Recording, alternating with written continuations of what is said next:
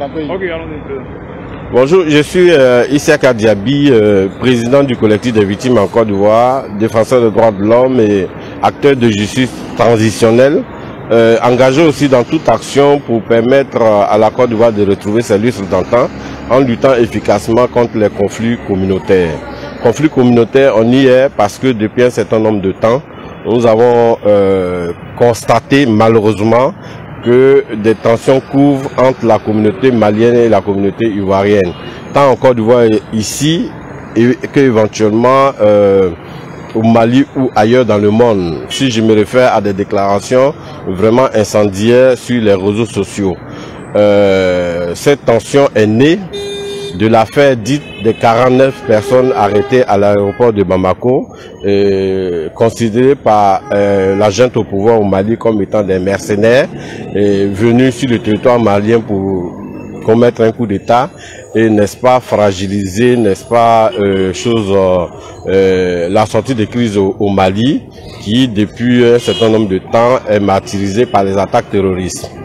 Ainsi, nous avons observé des propos, des langages, des hommes politiques, des guides religieux de part et d'autre, qui, n'est-ce pas, n'est pas favorable à la cohésion entre les deux communautés. Aujourd'hui, je suis en face de vous surtout pour la question du concert qui doit se tenir, n'est-ce pas, à Abidjan, concert qui sera animé par une artiste malienne. Qu'est-ce que nous avons constaté? Nous avons constaté deux tendances. Une tendance qui veut tenir, qui soutient le concert, et l'autre tendance qui s'y oppose. Donc, depuis 48 heures, 112 heures maintenant, nous avons vu des jeunes qui sont en train de s'organiser pour venir s'opposer à la tenue du concert. Face à cette situation, nous voulons interpeller les gouvernants ivoiriens et les autorités ivoiriennes, afin qu'ils agissent immédiatement pour, n'est-ce pas, éviter tout conflit entre les deux parties. Et aux deux parties, nous les appelons aussi à la retenue, au sens de la responsabilité. La Côte d'Ivoire a assez souffert, la Côte d'Ivoire est progressivement en train de retrouver ses lustres d'antan. Aujourd'hui, le Mali est martyrisé. Donc, pour nous, c'est pas le moment d'encore fragiliser cette cohésion entre les communautés et engendrer des victimes. Donc, dans le cadre de notre action de prévention aux violences communautaires, nous lançons ce cri de cœur. Maintenant, relativement à l'affaire des 49 personnes arrêtées et considérées comme étant des mercenaires à Bamako, nous avons fait des observations. Observations que nous souhaitons qu'elles soient corrigées. Le CBC a constaté qu'effectivement, Bamako dit qu'ils ont arrêté des mercenaires.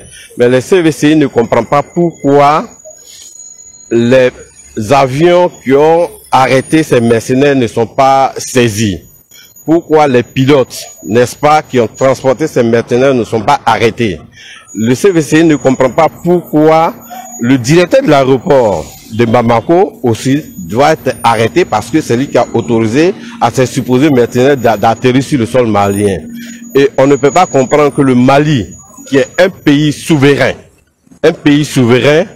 deux avions peuvent franchir l'espace aérien malien sans qu'il n'ait l'autorisation.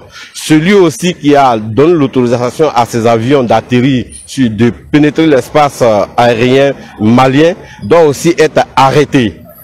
La personne qui a fait qui a aiguillé, si je peux exprimer ainsi, qui a orienté l'avion jusqu'à l'aéroport pour lui permettre d'atterrir, doit aussi être arrêté. 49 mercenaires, d'accord, mais qui a financé le déplacement de ces avions? Cette personne qui a financé, paye le carburant, paye le déplacement de ces avions, doit aussi être arrêtée. Ensuite, la personne qui devait accueillir ces personnes soupçonnées d'être des mercenaires ou accusés doivent aussi être arrêtées. Ainsi, si ces objectifs sont réalisés, nous pensons qu'il y aura une procédure d'enquête judiciaire équitable. Parce que arrêter un groupe et ne pas arrêter les autres, à l'état actuel des choses que nous constatons, les enquêtes et la procédure ne pourront pas permettre de faire manifester la vérité. Sans la manifestation de cette vérité, on ne peut pas assister à une application efficace et saine des lois. notamment maliennes, en matière de répression des faits incriminés. Nous ne doutons pas, nous ne mettons pas à cause l'accusation portée par la junte militaire contre ces militaires, arrêtés et considérés comme étant des mercenaires. Nous ne disons pas aussi qu'ils ne sont pas des mercenaires. C'est eux qui ont les éléments en main. Nous souhaitons que des enquêtes objectives, inclusives, les poursuites contre toutes ces personnes qui sont impliquées dans cette affaire soient effectives pour la manifestation de la vérité. Si ce n'est pas le cas, en ce moment, nous, le CVCI, considérera que les victimes, ces militaires-là risquent d'être des victimes d'un déni de justice, d'une action de justice inclusive.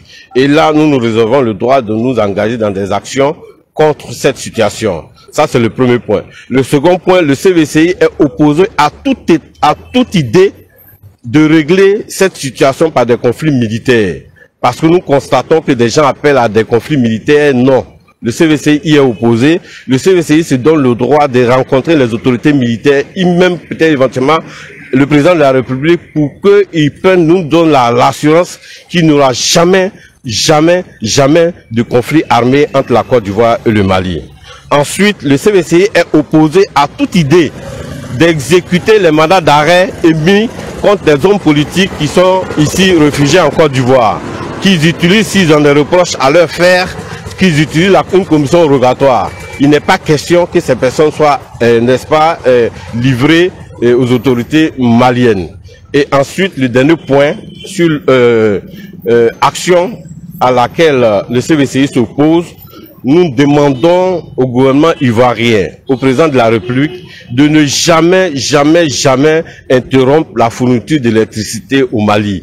Parce que, au-delà de la question de notre confort social, en utilisant l'énergie, l'énergie aussi permet, n'est-ce pas, de sauver des vies.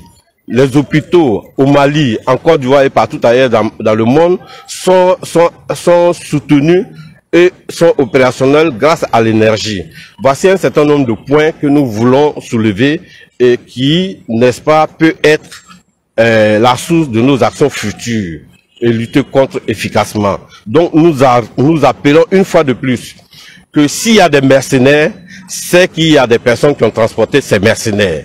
S'il y a des mercenaires, c'est qu'il y a des personnes qui ont, n'est-ce pas, demandé à ces mercenaires de venir à Bamako. Que tous ces groupes de personnes soient arrêtés, au même titre que les 49 personnes, n'est-ce pas, en détention actuellement au Mali.